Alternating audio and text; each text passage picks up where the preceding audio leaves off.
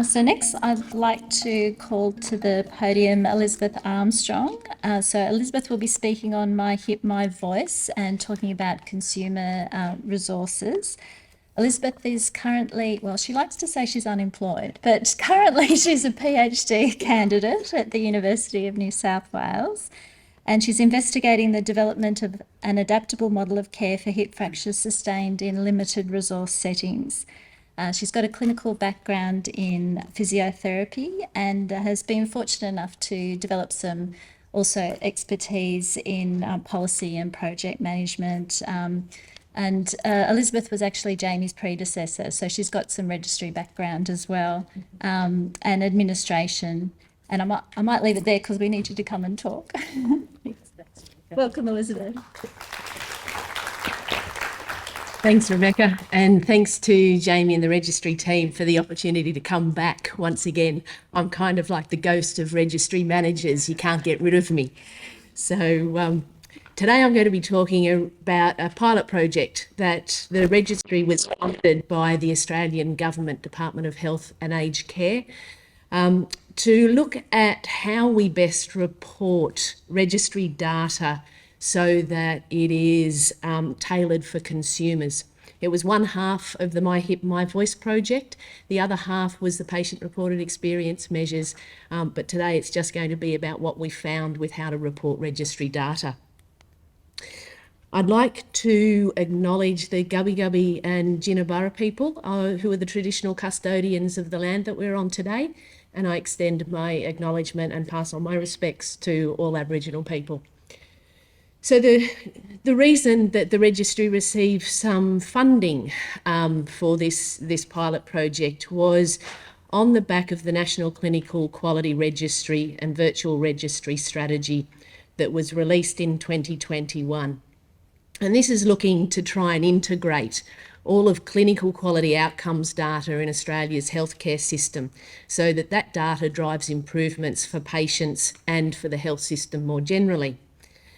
And during the consultation of this strategy, it was recognised that consumers were a really important stakeholder group. And what those consumer representatives said was that the clinical quality data needed to be accessible, timely, transparent, and tailored specifically for consumers.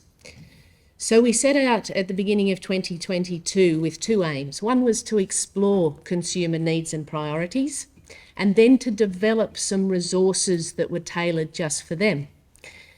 We were lucky to extend that funding and we were able to evaluate those resources that we developed. So that'll be included in here too. So what we set out to do was we undertook a rapid review of reviews, identified 32 reviews that we looked at around how we report and tailor information for consumers. We did a small workshop in Sydney with 3 participants, one a clinician, one a patient, and one an advocate for consumers in the osteoporosis and bone health space. And then we undertook 7 semi-structured interviews. And we wanted to know what consumers thought about presentation and format, what's appropriate, about how to present that information so that they could use it to take action, and then how could it be made accessible for people.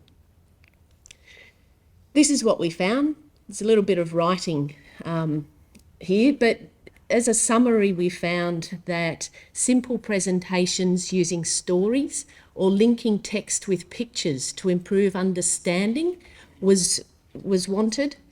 Being able to use the data or information is dependent on the consumer role and the point in time at which the information is needed. And we heard a little bit about that from Louise this morning. Patients want different information to that wanted by their children or other relatives.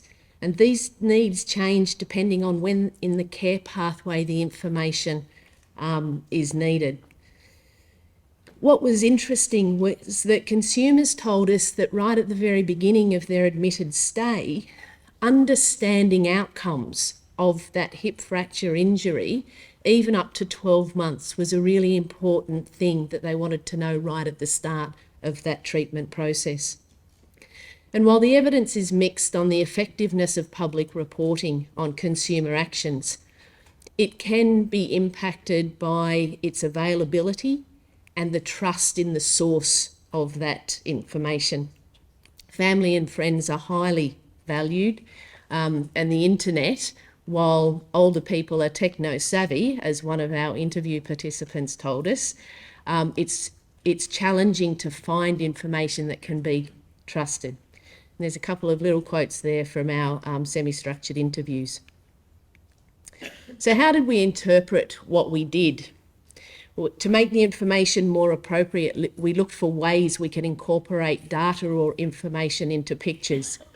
This picture here of the multidisciplinary team, where you've got the patient at the centre of the care, you've got doctors, allied health and nurses, was developed out of specific feedback during this pilot project, where a patient told us that it's all terrific. We see lots of people while we're in hospital, but actually had no understanding that it was a team and that you all talked to each other about what was going to happen to me.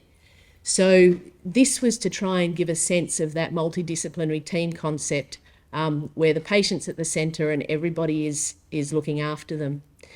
The other thing that we tried to incorporate into the resources and tools was the inclusion of these pictures and stories and data. So we've got some qualitative information around the incredulity of being up the day after surgery, and then we've got what the research tells us about getting up early and moving on and the impact of that down the track. We didn't develop just a single resource, but developed several to try and meet different needs when information was wanted. We've updated the hip fracture care guide, and this is available from Jamie, if anyone wants to bring that into their hip fracture pathway.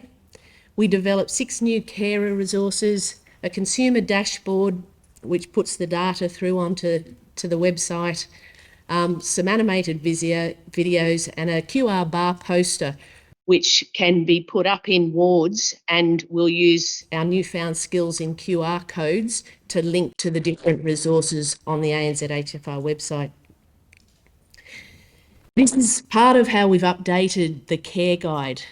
We've expanded some of the sections, especially around pain, goal setting. Using the care guide will help hospitals be able to tick quality statements 6 and 7. So assessment of the risk of a fall is a new feature of the booklet. We've continued the care plan, which is quality statement 7. And the other thing that we've streamlined is we've included the registry patient information statement that every patient needs to get at hospitals participating in the registry, so that within this booklet, hopefully that reduces the number of pieces of paper that patients need to be given. The carer checklists and the QR bar, one of the things that we heard from participants was that we want to know what we don't know. So the 6 carer checklists are a front and back A4 on different topics, and they have some suggestions there around how relatives and families can help their person in hospital.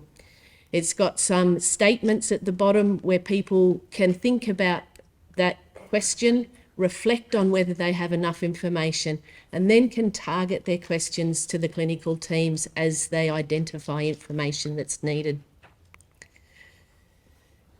How to make them accessible? They're all on the registry website. The QR bar, if you use that, that will pull people to the registry website. Everything's available there. If you can't find it, please get in touch with Jamie, info@anzhfr.org. We'll help you with that. And I'd just like to acknowledge, before I finish today, Gretchen Poyner, who has been a member of the ANZ HFR steering group for 5 years, and she stepped down at the end of last year. Gretchen has been an absolute, she's amazing. She has a background in social anthropology and brings a perspective to how we think about looking after people with hip fracture that is incredibly rich and valuable. And I would just like to take the opportunity to acknowledge her contribution over many years. Thank you.